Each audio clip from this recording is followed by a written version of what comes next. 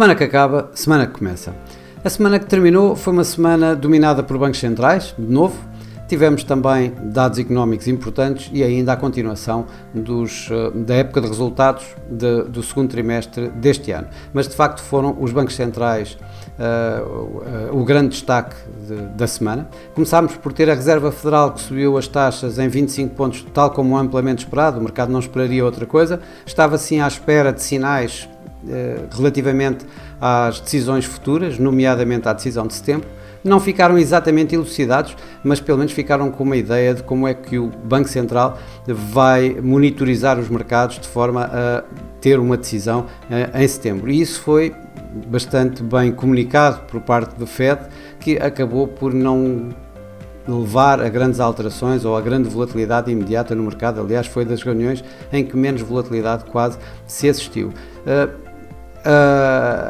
O modus operandi do FED, segundo Jerome Powell, será mesmo nos dados económicos, nomeadamente, portanto, ele referiu várias vezes a dependência dos dados do FED, dos dados que vão sendo disponibilizados, nomeadamente no que toca a custos laborais, ao mercado de trabalho em si, que se está mais ou menos apertado esse mesmo mercado, e obviamente aos dados de inflação e aos daqueles que levam a pressões inflacionistas. Esses vão ser os principais focos de atenção do FED nos próximos tempos para decidir futuramente as taxas de juros.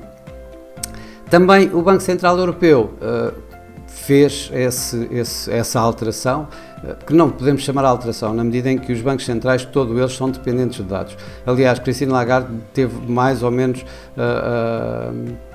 a infelicidade, digamos, de algumas frases menos bem conseguidas, dando a noção quase de que o Banco Central não teria anteriormente estado dependente de dados, mas de qualquer outra razão, e que agora sim ia estar deliberadamente dependente dos dados económicos que vão sendo lançados. Bom, de qualquer das formas, e Christine Lagarde repetiu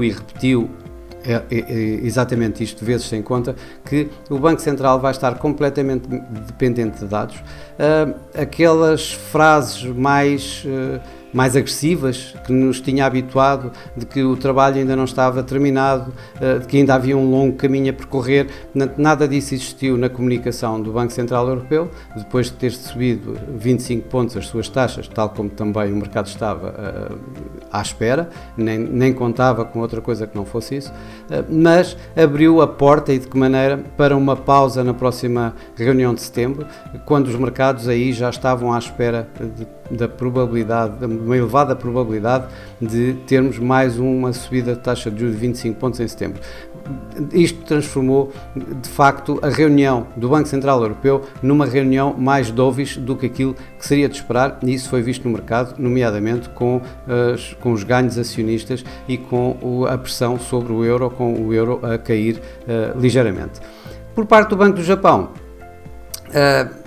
digamos que formalmente ficou tudo igual, ou seja, taxas de juro de curto prazo em menos 0,1%, o longo prazo, os 10 anos, o controle da curva de taxa de juro nos 0%, mas curiosamente o Sr. Ueda acabou por alterar, ou melhor, dizer que a banda de flutuação das obrigações a 10 anos deixavam de ter os 50 pontos para cima ou para baixo, não era um limite rígido, mas sim eram apenas uma referência, e depois largou, digamos, que iria estar a comprar obrigações desde que elas atingissem o 1% de rentabilidade. Ora, isto na realidade o que está a fazer é alterar exatamente essa banda de flutuação das obrigações, dos tais 50 para 100 pontos, na medida, pelo menos na parte de cima, na medida em que ele diz que já que não vai comprar as obrigações a 50 pontos,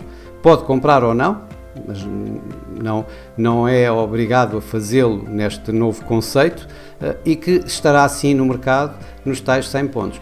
Ora, isso foi uma alteração que levou de imediato algumas pressões sobre os mercados acionistas nipónicos e e também, obviamente, o iene a ganhos, que já não tinha há algum tempo. Ganhos esses no final da semana acabaram por ser revertidos, mas de qualquer das formas esse foi o impacto geral do Banco do Japão logo no imediato. E a grande alteração, para todos os efeitos, foi pequena, porque foi quase informal, mas por outro lado foi grande na medida em que há muito tempo que não era nada alterado desta forma. Aliás, a última vez foi em dezembro do ano passado, quando o Banco do Japão alterou de 25 para 50 pontos a banda de flutuação exatamente estes 10 anos. A nível de dados económicos, tivemos alguns dados, obviamente, que acabaram por ser importantes, nomeadamente os PMIs na Europa, mas que vieram antes dos bancos centrais e, portanto, com menos impacto nos mercados. Com mais impacto, acabámos por ter o PIB nos Estados Unidos, acima do esperado. Tivemos as despesas e rendimentos pessoais também a subir, o que também colocou, ou pelo menos dá alguma indicação da possibilidade do aumento de expectativas sobre subidas de taxa de juros. E a colocar aqui alguma água na fervura, digamos, destas expectativas a subir, teve o índice de custo laboral, que caiu um pouco abaixo daquilo que seria de esperar. E, portanto, isso acabou por equilibrar, de alguma forma, as coisas aqui assim em termos do final da semana nos Estados Unidos. Na Europa, tivemos, depois do BCE, tivemos ainda alguns dados sobre a inflação na Alemanha, em França, em Espanha e também do PIB. E isso acabou por dar aqui assim também alguma volatilidade aos mercados no final da semana. Tivemos os dados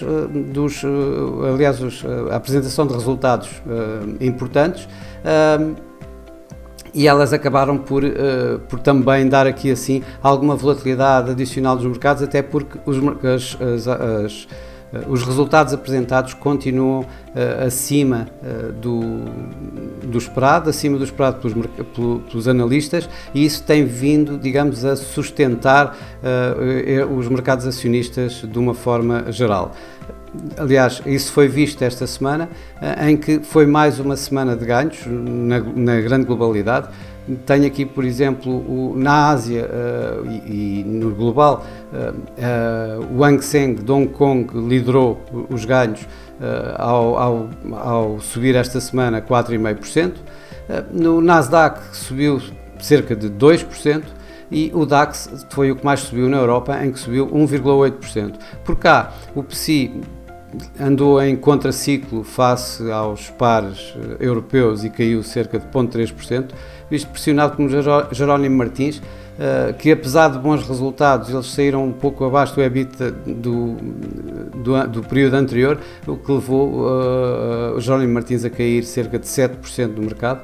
E entre a Altri, que foi o que mais ganhou esta semana no mercado nacional, que subiu cerca de 4%, quase 4%. No mercado cambial, obviamente que o dólar continuou em alta e o iene teve alguma volatilidade, tal como eu já referi anteriormente com a história do Banco do Japão, em que vimos o iene a fazer valorizações que já não fazia desde o princípio do ano, mas acabou por terminar a semana quase ao nível com que tinha iniciado, ainda assim registando ligeiras valorizações.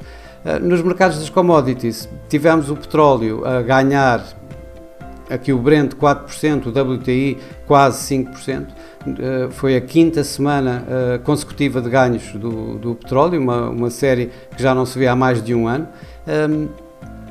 Isto porque o mercado, digamos, está a olhar mais para as restrições que continuam bastante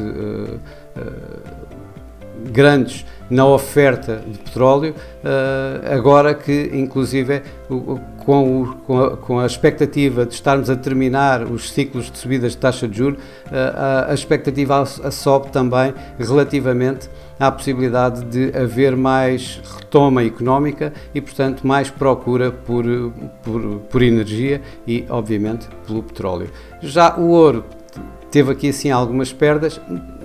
Esta semana terminou a perder cerca de 0,4%, isto com os ganhos do dólar a colocarem alguma pressão sobre o próprio metal amarelo. Esta semana que vai entrar vai ser uma semana em que vamos ter mais bancos centrais, alguns. Vamos continuar em força com a época de resultados, mas são os dados económicos que vão estar mais em destaque, principalmente agora que os bancos centrais começaram a colocá-los mais, a dar-lhes mais importância na sua tomada de decisão futura. Para as decisões futuras de taxas de juros, obviamente, queria dizer. Portanto, aqui vamos ter esta semana os non-farm payrolls nos Estados Unidos, que vão ter, digamos, o papel principal da semana. O mercado está à espera de cerca de 200 mil e vamos ver as reações que o mercado vai ter com alguma alteração que possa existir aqui assim em torno destes non-farm payrolls. Vamos também ter, obviamente, ainda em conjunto com os non-farm payrolls, todos os outros dados do mercado de trabalho, como por exemplo as novas vagas de emprego, o relatório de mercado de trabalho privado, o ADP, e além de todos os habituais, nomeadamente nos novos pedidos semanais de subsídio de desemprego, que continuam a cair, o que leva a um mercado um mercado de trabalho cada vez mais apertado, e isso vai aumentar provavelmente as tais expectativas dos bancos centrais, do Banco Central norte-americano, para subir das taxas de juros. Por outro lado, na Europa vamos ter os tais dados, e isto vai ser logo no princípio da semana, vamos ter os dados da inflação, vamos ter o PIB, e isto obviamente que vai dar aqui assim também mais alguma ideia aos mercados, como provavelmente poderemos ter o BCE a olhar para as reuniões de setembro. Vamos ter mais bancos centrais, porque vamos continuar com o Banco de Inglaterra, que é o mais importante desta semana. O mercado está dividido entre uma subida de 25 e 50 pontos na sua taxa de juros. Os últimos dados de inflação apontam mais para a possibilidade do Sr. Bailey subir apenas 25 pontos, mas vamos ver o que vai acontecer amanhã. Para já o mercado está a descontar mais os tais 25 pontos do que os 50 pontos. Por outro lado, o Banco da Austrália deverá manter as suas taxas de juros inalteradas, nos 4,1%. Temos ainda o Banco do Brasil, em que há especulações de que o Banco do Brasil possa cortar a sua taxa Selic em 25 pontos base, e ainda o Banco Nacional Checo, que deverá manter a sua taxa de juros nos 7%. Continuamos com importantes empresas a apresentar resultados esta semana, nomeadamente a Apple, a Amazon, que, como sempre, são empresas fortes que normalmente podem mover, digamos, os mercados, e vamos ver o que é que vai acontecer quando isto começa já a ficarmos mais para o final da época de resultados do segundo trimestre deste ano. Bom, para já é tudo. Uma boa semana. Boas férias para quem vai começar de férias, e para a semana cá estarei com mais uma semana que acaba, semana que começa. Até lá!